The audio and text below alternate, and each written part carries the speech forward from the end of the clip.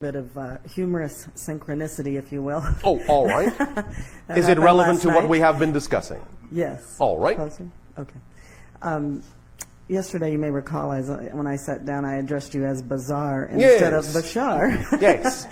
And last night, when I was back in my room flipping through the TV channels, I came across an episode of Cops, something I don't normally watch. Cops. But, yes. All right. And so as they were going to commercial, this particular one said, the title said, Cops, Bizarre Calls. Yes.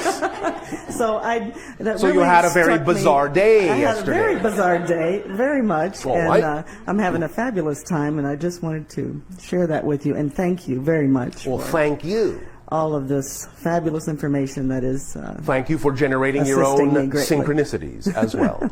Thank you, Bashar. I got it right that time. And you got it left. One more. All right. Hey, Bashar. And to you, good day. Good day. Yesterday we were talking about beliefs and emotions, and, Yes. and then a separate subject of motivation. Yes. And on the way here this morning, and actually also yesterday morning, as I was driving to get here, and April was expecting me, and I was running late, and the faster I'd try to go, the later I would get, and I was getting angry. So the more you ran, the more you stayed in the same place. But not only that, All yes, right. not only that, the anger that came up because I was trying so hard and I didn't Yes. want to disappoint her. And Yes.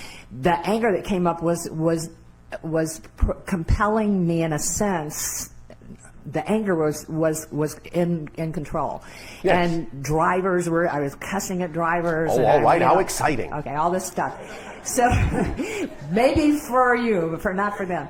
So on the Well, you way, don't know that for a fact, but go on. Well, yeah, you're right.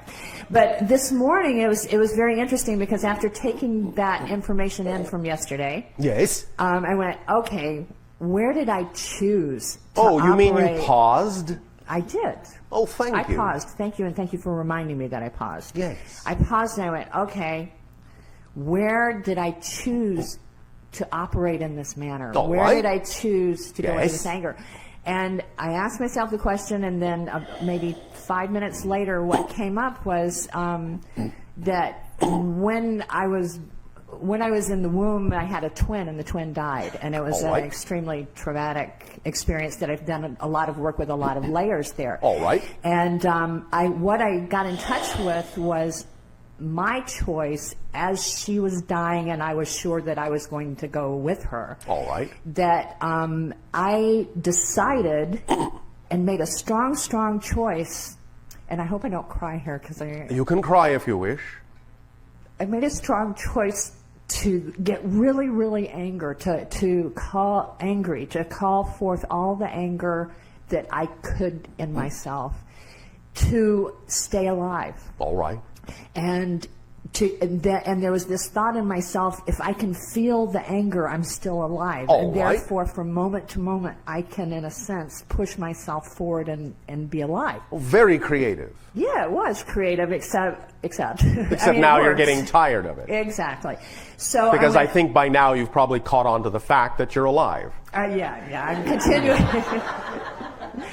But here's the question: as she and me made that decision, Yes. and is directly motivated, is directly around the motivation for moving forward in life as well, and because Yes. I've noticed the pattern Yes. very deeply ingrained in myself. All right. Very good. And so as I realized that, I went, God, that's where my determination is so strong in life, is from her in right. that choice. And I thanked her For propelling you for forward propelling in me life. and for in a sense, who knows? Maybe she saved my life. You were both a classic example of a physics experiment. For every action, there is an equal and opposite reaction. So for her, going back into spirit, it pushed you that much harder forward into physical reality. Interesting. Interesting. Two eternally connected particles spinning off in two directions, always connected no matter how far apart, because space and time are an illusion. So you are exhibiting the idea of quantum connectedness with your twin. Oh, wow, that clears up a lot on that. Woo. Now here's the final. Here's the question. Yes. That was a very strong decision with a lot of power behind it on her part. Yes. And it in has, essence, she actually kicked you into physical reality. My prenatal self, you're saying, right? Yes. Okay. Yeah. Okay. All right. So, and I explained to her on the drive here that determination is very powerful and very wonderful and does not have to be motivated by anger. That you know, here's Excuse an opportunity. me. Yeah. I don't mean to interrupt you, and I know it doesn't show in the channel's body, but I and several others are laughing very strongly right now. Because you said you explained it to her. In actual fact, she explained it to you. But it came through your mouth as a reflection of the fact that you realized it was being explained to you, and so you explained it back. So she could make sure you got it. Oh, so she's like being that reflection until I get it, right? Yes. She's being that as the service, not as a dummy. Yes. God, who's the dummy here? That's really And who's the ventriloquist? This is great. This is great. Right. Where's Denny? We used to have these monkeys that hung around your neck, and we thought that we were the ventriloquists, but they were really powerful beings. These monkeys. Okay, here's the question about shifting this energy now. Oh, I want to tell you a secret now. Okay. You referred to the idea of these monkey puppets that you've hung around your neck. Yes. And using your imagination that they are actually living beings capable of talking. And here is the classic secret of the idea of ventriloquism and a ventriloquist's dummy. In many cases, obviously, those things are actually devices and tools that allow your higher self to say things that you as a person in your reality would never dare to say. Right. But they actually are saying things that often are really coming from not only your higher self, but your guides, other spirit friends, and so forth. And they had this cute little face, and people would just light up like a Christmas tree. Because it comes in a format they can accept, because in your terminology, it's non-threatening and they can trust it. Yes. It was because it doesn't have an agenda. Right. Just sharing love. Yes. Just sharing love. Which brings me to the question of now this energy that has been deeply patterned, and now I'm seeing it, understanding it, and going, okay. And now you understand that if you're seeing the pattern, you don't have it anymore? I understand that you said that yesterday. I haven't. All right. Well, let that be a beginning. Yes. Do you understand the principle? It's similar to the idea of the forest for the trees saying that you have on your planet. Mm-hmm. For you to actually see the forest, you have to be standing outside of it. Right. Otherwise, you don't see it as a forest. You only see the trees.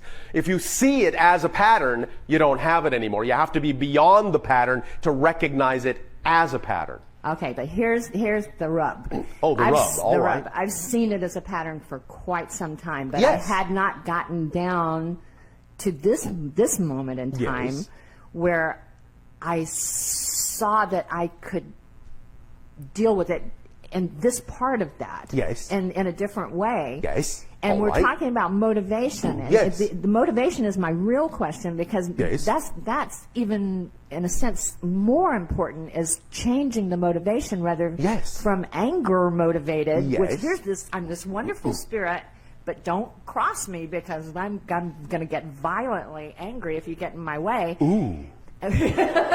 Ooh, you are so scary. And it's been a pattern that I've struggled with for a long, long time. So it's very That's because you believe me. it serves you. When you understand that's the motivation for hanging on to it, and you realize that you don't need that to serve you, but that something else can serve you even more strongly, you will change the motivation automatically and let the old idea go. The motivation is not the anger. The motivation is what you believe the anger is doing for you. helping me survive. Yes. Now that you've got a handle on surviving, you don't need the anger in that sense to allow you to continue to survive. You're beginning to recognize that you need to feed yourself something more nourishing. Absolutely. In order to survive. And now you're starting to recognize what that nourishment is, and that it's love and not anger. Right. The Right. anger in that sense is your justification for being, and you needed that to justify the idea of maintaining your existence in physical reality. But now, as you say, it's old hat. Yes. So now you're recognizing that you're wearing that out and that your motivation needs to be recalibrated. And the motivation then needs to be attached to the idea that something else actually sustains you more fully. Yes. And that is the idea of love. Yes. Self-love, expressions of love, however you wish to phrase it. Creativity, excitement, joy. Absolutely. Yes. So you are making that shift. Okay. So then just by then you're saying to more and more change that. By the way, it is no Reinforce it. accident that you had this revelation while driving your car, because it's a sign that you need to shift gears. Right. And the vehicle of my moving forward and very moving good. around. It's absolutely. And that if you do shift gears and understand that you're in a different vehicle, then you will be on a freer way to move. And there will be no traffic in that sense. Thank you very much. No jam. You understand? Yes, I do. Maybe jelly, but no jam. Yes, I do. Thank you very much. Thank you. Now then, let us move forward with the discussion and a deeper explanation of the oversoul idea and the soul blueprint idea, as was brought up yesterday of your time with regard to familial relations and how that keys into your soul blueprint pattern. You can look at the chart that was created that has the all that is, oversoul, and individual soul, and the 4 quadrants of ideas and themes that make up the concept of your soul blueprint pattern. Now, of course, yesterday we talked about the idea of the pie chart and how all of the different energies that you have brought with you on your journey from different systems, different lives, and so forth, create this pie chart that has different degrees of different vibrations making it up. Even though you all contain the same basic energies, it's in different proportions according to what you are connecting to, what you're focusing on, what serves you best in this particular lifetime. But now, you can also see that what you're bringing to bear, more specifically within all this, are things that have to do with familial, family, soul group relationships, ideas of so-called agreements that you may be making, in some senses such as we actually just examined, because the idea of the twin, where one dies and one lives, is a perfect representation of a soul agreement within a soul family. The idea being that I will ensure that you will be firmly anchored in this physical reality in the way that will serve you best for the theme that you're going to explore, by kicking you into this reality, by moving out of it myself and giving you all the momentum. That's a soul agreement between a soul family group member and another. Many different kinds of agreements are made in this way to be of service and assistance to one another, to provide for the other what the other may need to experience in that life, what it is they need to experience, so that they can best serve out their theme of choice. And it is done many different ways. But this is definitely one of the things that is included in the overall patterns, so to speak, of your soul blueprint, are these soul family agreements. And they are very personal in that sense, in that you have true familiarity with many of these other souls, individual souls, and have had many different kinds of life experiences, speaking linearly, and have played many different parts, different literal family members sometimes being each other's spouses, sometimes being children, brothers, sisters, friends, other relations, mentors, students. You have all, at this point, done it all in that context on earth. You've all played all the roles, and now you're playing the role where all the roles come together and are integrated in a manner that allows you to be of best assistance in serving the theme of being on earth in its primary transition phase, from one level of reality to another, from third density to fourth density transition.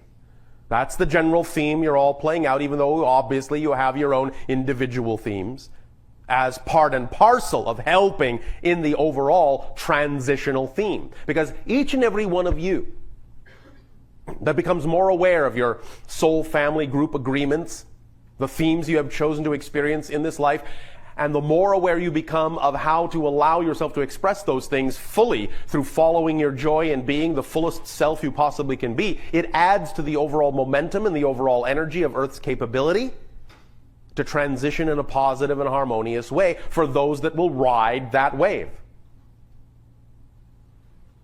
So, also you can see in that chart the idea of what might be referred to as random acts. Now, this does not mean accidents. There is no such thing as an accident. But it does mean random act in the sense that you have freedom to choose. There are many probabilities that you could choose from in order to decide how to experience your theme at any given moment. And we have used the analogy of walking down a hallway to describe or illustrate the concept of living out a theme. In other words, you may decide that a certain hallway is what you will walk down in life, and that may not change and may seem in some senses like destiny, but it's very loosely described as a theme. But how you walk down that hallway is up to your free will, your freedom to choose. The idea of random probabilities that you could attract to yourself to express the idea of your theme in a number of different kinds of situations and conditions and interactions and relationships. So random acts still plays a very big part in the idea of how you play out your soul blueprint. You leave yourself open, in other words, for the possibility of doing it in any number of different ways. And that allows there to be the variety that is the spice of life, as you say. The acknowledgement of true uniqueness and difference in all of you, in living out your similar themes in a variety, such a variety of different ways that it adds to the complexity and richness of all that is in terms of all the ways it can experience itself going through even one particular kind of transitional theme. So random acts are very important to allow there to be seemingly an open-endedness to the ability and how it is you experience the idea of your soul blueprint. Again, it isn't accidental. No more so than the idea of what you call, let's say, gambling on your planet. If you spin a wheel and are looking to place money on a certain number, you understand that the way that the numbers come up may be random, but it's no accident that the wheel is spinning because you spun it. So that's a way to look at the idea of randomness and understand that it has nothing to do with the concept of accident in the sense that these two things really have no connection or have nothing to do with each other. There is no such thing. It's all an orchestration, but the orchestration may be hidden so that you can experience in the act of creation the true moment of creation and the randomness of it, the savoring of the randomness of that true moment of creation. The mechanism of creation itself is brought about by the very concept of randomness. And so you include that also in your soul blueprint, that you can express yourself in any number of ways and still accomplish the same theme.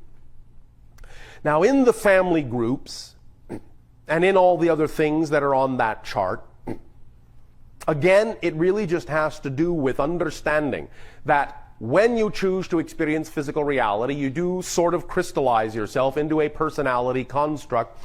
And that personality construct acts as a translation device through which the amalgamation of all of this soul blueprint energy and energy from the source is expressed. And in expressing it through that prism of the personality, the three-sided personality of definitions and emotions and behavior, in expressing itself through that, it determines exactly what kind of a spectrum in life that you see, what kind of an experience that you have. And this takes us back to the reality generation circuit.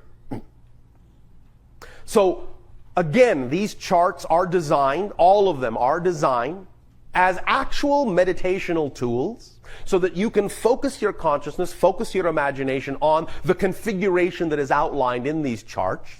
Not that it needs to be infinitely explained in every detail, but that you yourself, using your imagination when you focus on them, when you read them, when you look at their layout, when you look at their configuration, when you look at what the symbols might mean to you in terms of the meaning you have given them, they can, in a sense, be reflections to you, mirrors to you, that will put you in touch with these different aspects of your consciousness, both on the physical personality level and on the soul blueprint level and on the oversoul level and on your connection to source or whatever level you wish to look at it from. These charts, in a sense, are, shall we say, like unto mandalas in a way. They are like unto spells in a way. They are like unto arrangements or patterns or matrices of energy in a way that represent an interface between different levels of you as a person on earth and different levels on which you exist in other realms as well, other dimensions, physical and non-physical. So use them in that way. And let your imagination be your guide. This is why they have been created for you as a tool, why they have been designed for you as a tool. Anytime you find yourself feeling a little bit lost, feeling a little bit off your so-called path, use these tools. They're very strong tools. And when you allow yourself to experience them, from that moment of pause, from that moment of neutrality, in that state of being, they will be very strong and effective tools to illuminate in your imagination certain aspects that you need to look at that will be the things you need to process, the things you need to integrate to move even farther forward on your journey of self-integration, of soul growth. Does this make sense to you? All right. Now, one moment.